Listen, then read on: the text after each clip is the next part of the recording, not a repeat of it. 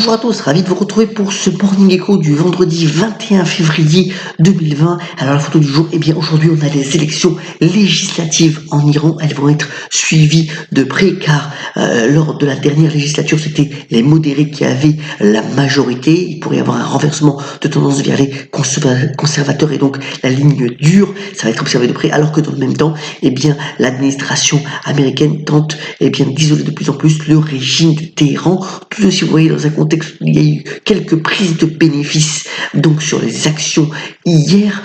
C'est les effets du coronavirus qui se font de plus en plus sentir. Vous voyez aussi que l'or est sur les 1625 dollars l'once.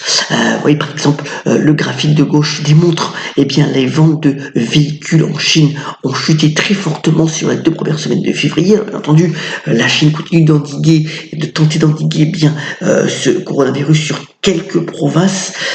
Dans le même temps, les autorités monétaires sont au chevet des marchés financiers, puisque vous voyez que finalement le graphique de droite démontre que le marché chinois a récupéré toute la baisse enregistrée fin janvier. Alors il y a beaucoup de liquidités qui sont mises sur le marché. Et c'est pour ça que ça permet finalement à la bourse chinoise de récupérer ses pertes. Ceci aussi dans un contexte où demain à Riyad vont se réunir les 20 grands ministres des finances du G20 plus les banquiers centraux. Tout ça dans un contexte où vous voyez on a finalement des politiques budgétaires à côté des politiques monétaires qui sont différentes. Les États-Unis qui restent la locomotive économique du monde n'hésitent pas à utiliser donc l'arme budgétaire avec un fort déficit. C'est aussi le cas pour le Brésil ou maintenant bien entendu la Chine.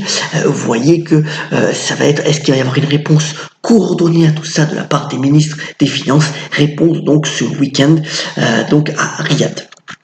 Alors, autre point aussi intéressant relevé par les Échos cette fois-ci, aujourd'hui, c'est le fait que la dette des entreprises continue de battre des records. On est quand même sur un montant cumulé de 13 500 milliards de dollars, 2100 milliards rien que sur l'année 2019. Et puis la qualité se dégrade. Vous voyez qu'on est de plus en plus sur une qualité moyenne des entreprises, alors que dans le même temps, les grandes entreprises, voir la qualité de leur dette vaciller. Ça a été notamment le cas cette semaine de Kraft Heinz, donc le ketchup et autres produits alimentaires qui est passé en catégorie spéculative, ou alors Renault, aussi le constructeur automobile qui y est tout proche.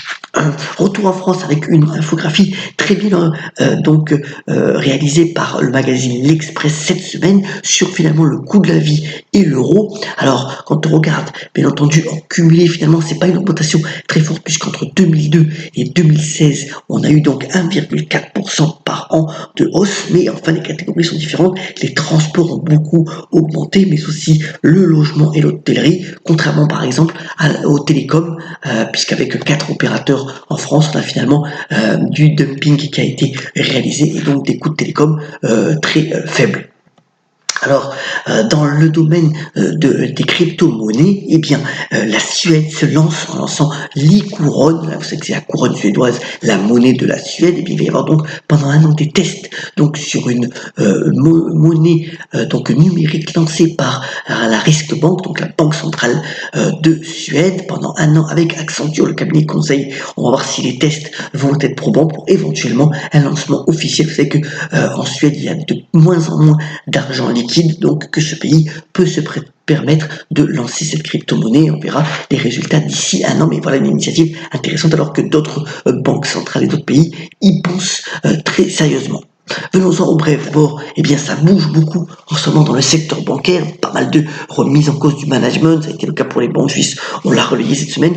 Mais aussi, d'opérations d'acquisition, notamment hier. Morgan Stanley, la banque américaine qui rachète la plateforme de trading E-Trade. Alors ça renforce en fait dans la gestion d'actifs, même si E-Trade est beaucoup plus petit en termes de gestion que Morgan Stanley. Voilà, c'est une belle acquisition.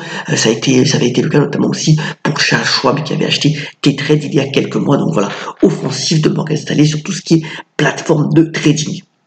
ATP aussi frappe un grand coup. Alors, Aéroport de Paris, crée la première plateforme aéroportuaire du monde en achetant donc une plateforme indienne, la GMR. Vous voyez que ça lui permet d'avoir cumulé 361 millions de passagers pour 2019 devant l'espagnol AENA ou le français aussi Vinci. Opération donc intéressante avant l'éventuelle privatisation donc de l'aéroport de Paris, qui reste toujours un sujet politique sensible. Alors, toujours dans les prises de participation, véritablement, Warren Buffett, celui qu'on appelle l'oracle d'Omaha sur les marchés financiers, a largement jeté finalement son dévolu sur Apple, puisque la position cumulée aujourd'hui est à 78 milliards de dollars pour une capitalisation boursière de Berkshire Hathaway de 557 milliards de dollars. Il croit vraiment aux perspectives de la compagnie à la pomme et il fait donc son principal placement. En termes de résultats d'entreprise, alors au niveau technologique, je vais vous montrer deux résultats. D'abord, Wix, qui est le spécialiste de tout ce qui est création en ligne de sites de e-commerce à bas coût, mais aussi donc de sites internet, a vu son bénéfice chuter d'excessivement moins bonne. L'action a baissé de 2,7%. Dans le même temps, Dropbox, qui peut peut-être vous utiliser, donc qui permet d'avoir ces données dans le fameux nuage de données, le fameux cloud, a présenté lui des résultats meilleurs que prévu, en plus avec des bonnes perspectives, notamment pour la clientèle entreprise, et l'action a gagné entre 5 et 10%, donc après la clôture de New York hier soir. La Juve présentera ses résultats aujourd'hui, avant son huitième de finale la semaine prochaine contre Lyon. Vous savez que la Juve, on l'avait aussi relayé, a fait un partenariat assez intéressant avec Allianz pour 100 millions d'euros pour les 10 prochaines saisons. On verra si les résultats sont notaires. La Juve, c'est un des clubs cotés qui cote 1,5 milliard de capitalisation de la bourse milanaise. On verra si les résultats sont à la hauteur des résultats sportif, puisque la Juve caracole toujours en tête du calcio italien. Voilà une bonne initiative. Vous savez que Etsy, c'est une marketplace qui permet de vendre des objets personnalisés, des objets d'artisans. C'est une grosse plateforme, ça pèse quand même 6,4 milliards de dollars à la bourse de New York. Il y a 65 millions de produits qui sont proposés avec 2,5 millions de revendeurs. Etsy va utiliser de plus en plus l'intelligence artificielle avec Google Cloud d'ailleurs, pour cibler de mieux en mieux en fonction de l'utilisation que la personne fait donc de la plateforme Etsy, les objets qu'elle pourrait vouloir acheter ou être intéressée. Voilà une application concrète donc de l'intelligence artificielle.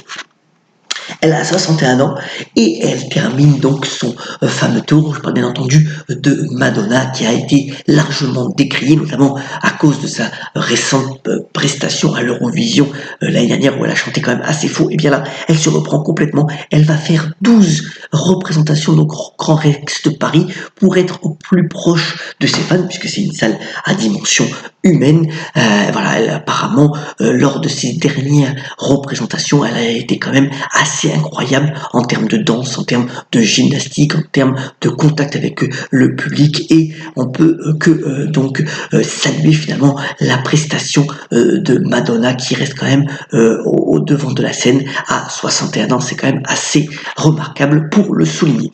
Terminons ce Morning Echo en vous souhaitant une excellente journée par la citation du dramaturge Raymond Queneau, qui a notamment déclaré: les actualités d'aujourd'hui, c'est l'histoire de demain. Très bonne journée, soyons solidaires et ayons la pêche, et on se retrouve la semaine prochaine pour de nouveaux Morning Echo. Très bonne journée à tous.